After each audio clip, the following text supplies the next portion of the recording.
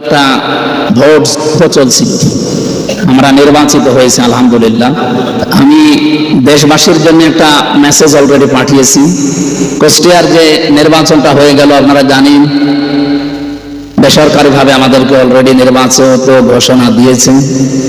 এখন হয়তো বাকি যে প্রক্রিয়াগুলো আছে, মাগরিবের পরে ডিসি সাহেব হয়তো ডাকবে, এরপরে ঢাকাতে, এরপরে যে কাজকর্মগুলো আছে। আমরা 6 জন ছিলাম, যারা সবাই তো আর নির্বাচিত হওয়া সম্ভব না। 6 জনই যদি হয়ে যায় তাহলে নির্বাচন হয়। একজন আল্লাহ লিখে রেখেছিলেন, একজন হয়েছে আপনাদের প্রচেষ্টায়। আমরা চাই ওই 6 জনের কাছে আমি কম বেশি কথা বলেছি যে সবাইকে নিয়ে আমরা আগামীর কুষ্টিয়া যে 16টা পয়েন্ট দিয়েছি আমার নির্বাচনী প্রচারণা, এই 16টা কাজ সামনে নিয়ে আমি এগিয়ে যেতে চাই। যেহেতু একটা লাইনে ছিলাম, ওই লাইন থেকে একটা আলাদা লাইনে আমার আশা লেগেছে। সুতরাং এখন থেকে আমরা চেষ্টা চালাবো আমার কুষ্টিয়াতে অন্তত এই যে 4,40,000-এর উপরে প্রায় ভোটার, আমার বিশাল এরিয়া, প্রায় 3টা থানা এখন, কুষ্টিয়া সদর, সাউদিয়া এবং ইবি, এই 3টা থানা মিলে যতগুলো মানুষ আছে, সে দল মত ধর্ম মত আলাদা থাকতে পারে, কিন্তু সবাই এখন আমার। আমি সবাইকে নিয়ে, সবাইকে আপন ভাইয়ের মতো মনে করে আগামীর কুষ্টিয়াতে ইনশাল্লাহ আমরা পদচারণা চালাবো। অন্য জায়গায় যা হয় হোক, আমরা কুষ্টিয়াকে আগে প্রথমে মানুষের কর্মসংস্থানের ব্যবস্থা করা লাগবে, কারণ বেকারত্ব এটা জীবনের জন্য একটা বিশাল অভিশাপ, এটা যেন না থাকে।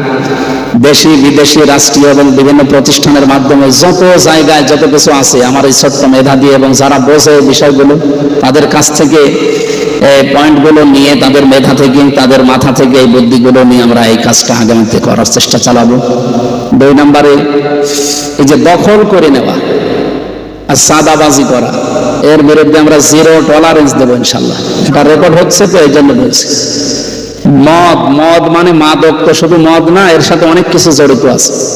এইগুলোর যারা মানে এই কাজ করে যারা খায়, কুষ্টিয়ার যে এই নদীর অঞ্চলে যারা এগুলো আছে, কুষ্টিয়ার পৌরসভার ভেতরে বহু জায়গায় এগুলো চলে, আমরা জানি। আমরা আহ্বান জানিয়েছি নির্বাচনের আগে যে আপনাদের এই মাদকের ব্যবসা করে যদি মাসে 30,000 টাকা উপায় হয়, অন্তত এমন একটা সম্মানজনক মর্যাদা সম্পন্ন নিরাপদ কাজের ব্যবস্থা করা লাগবে, যে কাজ করলে অন্তত মাসে 50,000 টাকা উপায় করা যায়। তাহলে তো আর ওই মদের ব্যবসা করার দরকার নেই। এই কাজগুলো আগে উদ্যোগ নিয়ে আগে ওদের ব্যবস্থা করে, তারপরে যদি বলা যায় যে মদের এই সমস্ত চলবে না, তখন মানা যায়। কিছুই না করে যদি 2 পিটানি দেওয়া যায়, বলবে আগে আমার ব্যবস্থা করে। এগুলো আমরা আগামীতে পরিকল্পনা নিয়েছি, আপনাদের সাথে নিয়ে করবো ইনশাল্লাহ। এখানে একটা গুরুত্বপূর্ণ অংশ বাংলাদেশের যতগুলো কাজ আছে তার ভেতরে নির্বাচন একটা চলে গেল।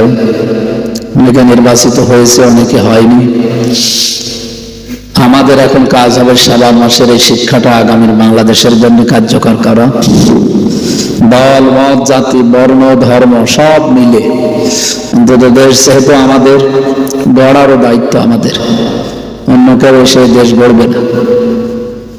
আমরা সবসময় চাই আমাদের দেশে কেউ যেন মাতব্বরি না করে, আগ্রাসন না চালায়। এই জাতি এটা মেনে নেয় না, এই জন্য কয়েকবার পর যুদ্ধ করা লেগেছে তাদের। 47 বলেন, 52 বলেন, 71 বলেন, 24 বলেন, সবই একই। কারো খবরদারি এই জাতি মানতে চায় না। এই কারণেই তাদের জীবন পর্যন্ত দেওয়া লেগেছে। কত মানুষের জীবন চলে গেল এই সমস্ত যুদ্ধ বিগ্রহে।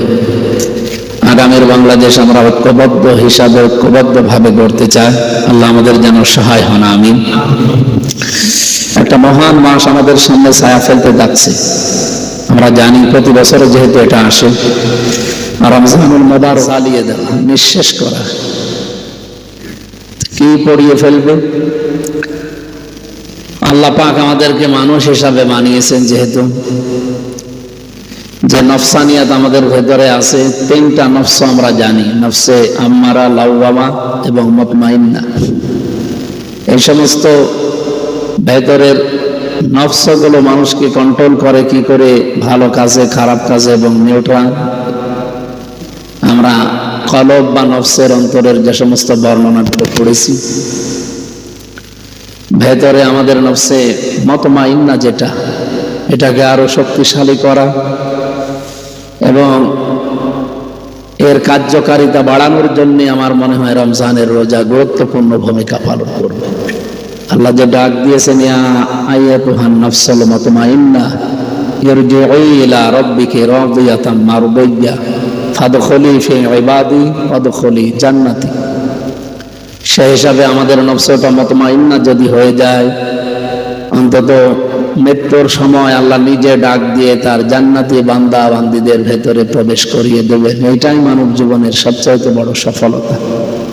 এই যে নির্বাচন গেল, এই যে হার জিত হলো, এইটাই আসল সফলতা নয়।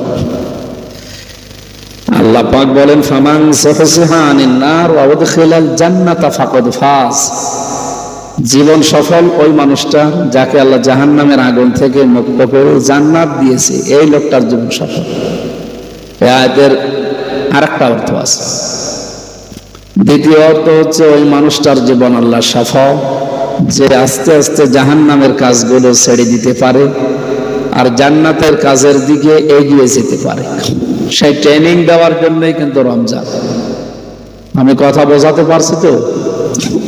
সুতরাং এই মহান মাস যে ছায়া অলরেডি ফেলছে আমাদের সামনে, চলে আসতেছে, আর 2-3-4 দিন পরে আমরা যেন এখন থেকে প্রস্তুতি আরো আগে থেকে নেওয়া দরকার।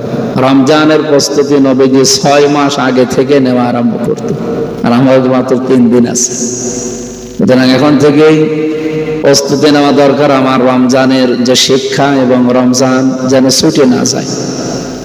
অপরাধগুলো যেন এই রমজানে ধুয়ে মুছে সাফ হয়ে যায়, জ্বালিয়ে পড়িয়ে নিঃশেষ করে দেওয়া যায়। আমি আমার জীবন সফল করার জন্য আয়াত থেকে যেটা দেখলাম, আমি কি আস্তে আস্তে জাহান্নামের কাজগুলো ছেড়ে দিতে পারছি? জান্নাতের কাজের দিকে কি আমি আসলেই এগিয়ে যেতে পারছি? কোরআনে কারীম আমাদেরকে সূরা আলে ইমরানের 133 নম্বর আয়াত হবে সম্ভবত এটা। আল্লাহর ঘোষণা ছিল, এত বড় বড় নখ হয়ে গেছে, ওরা দেওয়ালের সাথে খুশিয়ে খুশিয়ে ভাবে লিখে রেখেছে ভাঙা ভাঙা অক্ষরে, যে ভাই যদি কেউ বাইরে যেতে পারেন এই নাম্বারটা একটু জানাবেন যে আমি বেশি আছি। এখনো পর্যন্ত অনেকে জালেমের সাফাই গায়ের পরে কি হয়েছে যে ওনার পালানো লাগলো, কি হয়েছে? আপনার সাথে তো হয়নি, আপনি টের পাবেন না। এই লোকটাকে জিজ্ঞাসা করেন। যাদের সাথে হয়েছে তারা যদি বলে যে আমি মাফ করে দিলাম, আমার কোনো দায় নেই, কিন্তু আমারটা হবে না, আমার টাকা ফেরত দেওয়া লাগবে। আমার মতো 3 বছর ফাঁসির কন্ডেম ছেলে বিনা কারণে পড়ে থাকা লাগবে, তাও যোগাযোগ বিচ্ছিন্ন হয়ে। এমনি দুঃখে বলছি না, আমার ছোট মেয়েটা আজ পর্যন্ত আমার কাছে আসে না, আমার চিনিও না। কি করেছিলাম আমি? তার আমি 7 মাস রেখে গেছি, এখন তার বয়স 4.5 বছর। মনে করে এরকম হামসার মতো বহু হুজুর আমাদের বাড়িতে দেখা করতে আসে, এ মনে হয় ওরকমই একটা হুজুর। যেদিন আমি জেল থেকে বাড়িতে আসলাম, নিচে এসে আমার বলছে, হুজুর চলেন আমাদের বাড়িতে চলেন।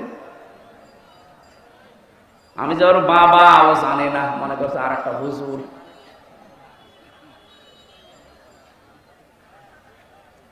ফেসবুকে যারা উল্টা পাল্টা কথা ছড়ান আমার নামে, বাস্তবতা বুঝে ছড়াবেন।